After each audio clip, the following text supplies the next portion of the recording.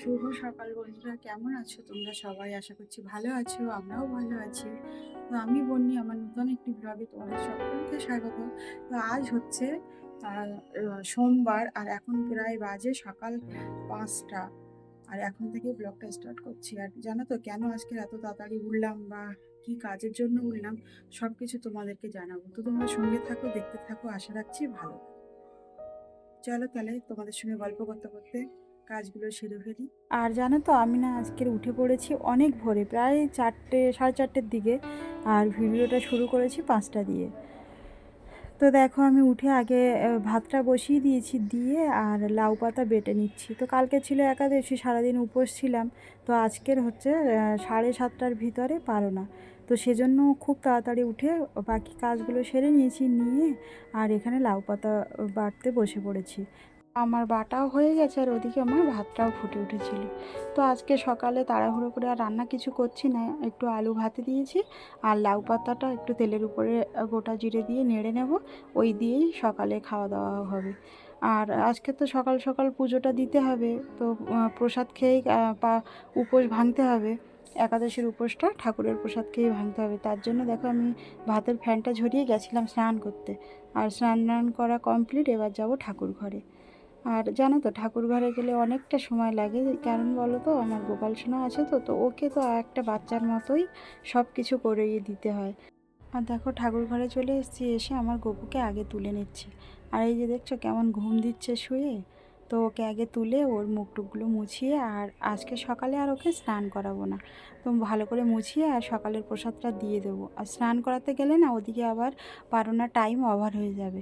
তো পারোনা ঠিক টাইম মতো না করলে না, এই যে একাদশীর উপবাস করলে কালকে সারাটা দিন এই উপবাসটাই বৃথা হয়ে যাবে। তো সেজন্য দেখো আমি ওর গা হাত পা মুছিয়ে আর সকালের বাল্যভোগটা দিয়ে দিয়েছি। আর আজকের ভোগে একটু দিয়েছিলাম চিড়ে আর বাতাসা, কারণ চিড়ে খেয়ে আমি উপবাস ভাঙবো আমরা। তো সেজন্য ও চিড়ে প্রসাদ সকালে দিয়ে দিয়েছি। আমি চিড়ে প্রসাদ খুব একটা দেই না সকালে। তো দিয়ে আর ঠাকুর প্রসাদ দেওয়া হয়ে গেছিলো। দিয়ে আর আমি এসছি, ওই যে লাউ পাতাটা করতে বাকি ছিল, তো ওইটা একটু গরম তেলে নেড়ে নিচ্ছি। আর এইভাবে লাউ পাতা খেলে না খুব ভালো লাগে। তো এই যে দেখো তারপরে খাওয়া দাওয়া করে বেরিয়ে পড়েছি আদিকে স্কুলে আনতে। আর এত রৌদ্র কি বলবো। আর অনেকটা রাস্তা হেঁটে হেঁটে যেতে হয়, তো এই হেঁটে হেঁটে যাচ্ছি আদিকে নিয়ে। আবার আসবো, এসে এখনও একটা তরকারি বানাতে হবে। এই যে দেখো আদিকে নিয়ে চলে এসেছি। আর ও না আজকে একদমই ক্যামেরার সামনে আসতে চাচ্ছিল না, শুধু বলছে না আমি আজকে দেখাবো না, মুখ দেখাবো না। তো যাই হোক, দুই মাপে আনন্দ করতে করতে চলে এসেছি ঘরে। আর এসে দেখো কি রান্না করব বুঝেই উঠতে পারছিলাম না। তো একাদশীর পরের দিন একবেলা নিরামিষ খাই আমরা, আর পরের বেলা আমিষ খাই। মানে সকালবেলাটা নিরামিষ খাই আর দুপুরবেলাটা আমিষ খাই। তো যাই হোক, আলু, টমেটো আর সজনে ডাঁটার সঙ্গে আমি 3টে ডিম দিয়ে দিয়েছিলাম। তো এরকম রান্না আমি কোনোদিনও করিনি, তো প্রথম করলাম। যেহেতু আদি খেতে পারে না, ওই জন্যই বাধ্যতামূলক দিলাম। আর এই যে কুলগুলো দেখছো, এগুলো না আমার শাশুড়ি মা পাঠিয়েছে বাড়ি থেকে।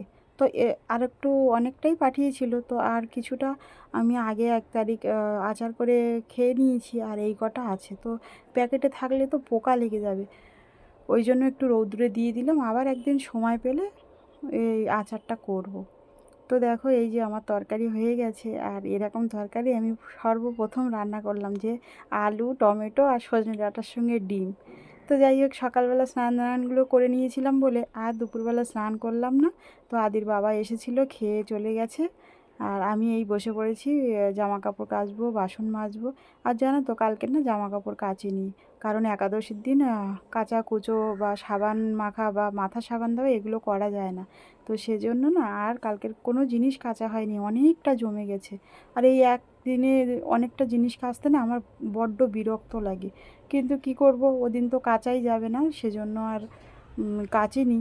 তো এখন বসে পড়েছি কাচতে। আর এখন জানো কটা বাজে? এখন বাজে 2টো। আদির বাবা এসেছিলো 1টার সময় খেতে। ও খেয়ে বেরিয়ে গেছে। ও তো বাড়ির পাশেই কাজ করছে, ওই জন্য এখন টিফিন আর নিয়ে যায় না, বাড়ি এসে খেয়ে যায়। তো খেয়ে দিয়ে চলে গেল, আদিরও খাওয়া হয়ে গেছে। আর আমিও খেয়ে নিয়েছিলাম, নিয়ে আর এই যে বসে পড়েছি কাজগুলো করতে। তো তো কাপড়গুলো কেচে রেখেছি, এখনও মেলিনি। আর এই যে বাসনগুলো মেজে নিচ্ছি। আর মনে করছিলাম যে সন্ধেবেলার দিকে বাসন মাজবো, কিন্তু এত মশা যে ওখানে বসাই যাবে না। তো আমি ভাবলাম যে কাজ যখন আছে কাজ সেরে নেই, যত কাজ ফেলে রাখবে না তত কষ্ট হবে, আর সেই তো আমাকেই করতে হবে। তো সেজন্য আমি না শুয়ে আগে বাসনগুলো মেজে নিচ্ছি। তো বাসনগুলো মেজে আর জলটা ঝরে গেলে ঘরে তুলে দেবো খন। আর ওদিকে কিছুদিন হচ্ছে গরমটাও ভালোই পড়েছে। আর আমার না ফ্রিজে জল ভরতে একদম মনে থাকে না। আর এই বোতলগুলো প্রত্যেক সপ্তাহে পরিষ্কার করি, এ সপ্তাহে আর পরিষ্কার করা হয়নি, সেজন্য আর ফ্রিজেও জল ভরা হয়নি। আর আদির বাবা আজকে দুপুরে এসে খুব বকাবকি করছিল, বলছে গরম পড়েছে আর একটু জলও ভরো না ফ্রিজে। তো তাই বোতলগুলো ভালো করে পরিষ্কার করে এখন ফ্রিজে জল ভরবো। আর এই গরমে কাজ করলে তো এমনিই বড্ড কষ্ট হয়। আর ওরা তো উপরে ছাদের উপরে কাজ করে, তো একটু ঠান্ডা জল পেলে মানে পিপাসাটা মরে। তো দেখো আমি বোতলগুলো ভালো করে মেজে আর জল সরিয়ে ফ্রিজে জল ভরবো বলে বোতলগুলো ভরে নিচ্ছিলাম। আর এই এক ঘোড়ার মাথা, এই যে আমার ট্যাপ, তো পাঞ্চ করতেই হয় করতেই হয়। আমার হাতটা না পুরো ব্যথা হয়ে গেছে গো। অতটা বাসন মাজলাম, থালা বাসন মাজলাম, এসে আবার এই পাঞ্চ করতে করতে 3 বোতল জল ভরতে, তো আমার এই হাত একদম ঝেঁঝি ধরে গেছে। তো যাই হোক, দেখো তোমাদের সঙ্গে গল্প করতে করতে জলগুলো ভরে নিলাম, নিয়ে আর ফ্রিজে রেখে দিচ্ছি। তো রেখে দিলে ওর বাবা সন্ধ্যেবেলা এসে একটু খাবে। তো রৌদ্রে গরমের সময় তো একটু ঠান্ডা জল পেলে মানে আত্মাটা ঠান্ডা হয় বলো। তো যাই হোক, দেখো ভরে নিলাম, নিয়ে এবার যাব জামা কাপড়গুলো মেলতে। তো দুপুরবেলার দিকে ভালোই রৌদ্র বেরিয়েছিল, কিন্তু এখন আবার দেখছি হঠাৎ করে মেঘ করে এসছে আর প্রচণ্ড হাওয়া দিচ্ছে, মনে হচ্ছে ঝড় হচ্ছে। তাও আমি দিয়ে দিলাম, এত ভিজে জিনিস কোথায় দেবো বলো। তো টানায় দিলে একটু হাওয়ায় হাওয়ায় শুকিয়ে গেলে না তারপর ঘরে নিয়ে গিয়ে দিয়ে দেবো। আর আমার ঘরেও তো সেভাবে জায়গা নেই যে ঘরের ভিতরেই মেলে দেবো। ছোট্ট একটা ঘরে একটা দড়ি, তো দড়ির ভিতরে তো আবার অনেক জিনিস তার টার এটা সেটা লাগানো, ওই জন্য আমি এখানেই দিয়ে দিলাম। আর দেখো কত জোরে ঝড় উঠেছে। আর কদিন তো প্রত্যেক দিনই ঝড় হচ্ছে, আর বৃষ্টি 1-2 ফোঁটা হয়ে বন্ধ হয়ে যাচ্ছে। কোনো কোনো দিকে হয়তো অনেকটা বৃষ্টি হচ্ছে, কিন্তু এদিকে কিন্তু বৃষ্টি খুব একটা হয়নি, শুধু ঝড় ঝড় হচ্ছে আর আমার কাজ বাড়িয়ে দিয়েই চলে যাচ্ছে। আর জানো তো আজকের না প্রচুর কষ্ট হচ্ছে গো, আর পাচ্ছি না। কালকে সারাটা দিন না খাওয়া, আর আজকে সকালবেলা দিয়ে এত কাজ করে আর উঠতে পারছি না, শরীর আর টানছে না। তো একদিন উপোস করে থাকলে দেখবে তার পরের দিন খাওয়া দাওয়া করলে না আর তখন ইচ্ছে করে না কোনো কাজ করতে, মনে হয় একটু শুয়ে পড়ি। কিন্তু একা একই সংসার, সমস্ত সব কাজ তো করতে হবে। আর জানো তো তোমাদেরকে না প্রত্যেক দিনই প্রায় একই রকম ভিডিও দিচ্ছি। আমি মনে করি একটু অন্য রকম ভিডিও দেব, কিন্তু কি করব, আমরা তো হাউসওয়াইফ, তো আমাদের একই কাজ প্রত্যেক দিনই করতে হয়। জানি তোমাদের একটু বোরিং লাগে, তা তবুও কষ্ট করে একটু দেখে নিও। আর আজকের না ভিডিওটা আর বড় করছি না গো, এই পর্যন্তই রাখছি। তো প্রচুর কষ্ট হচ্ছে, আবার তোমাদের সঙ্গে কালকে দেখা হচ্ছে। তো আমার ভিডিওগুলো কেমন হচ্ছে তোমরা অবশ্যই জানিও। আর ভালো লাগলে তোমরা আমার ছোট্ট পরিবারের মিষ্টি সদস্য হয়ে যেও।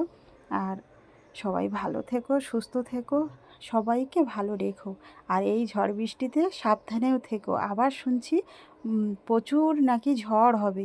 তো সবাই ভালো থেকো, সুস্থ থেকো। আজ তাহলে আসি, আবার কাল দেখা হচ্ছে।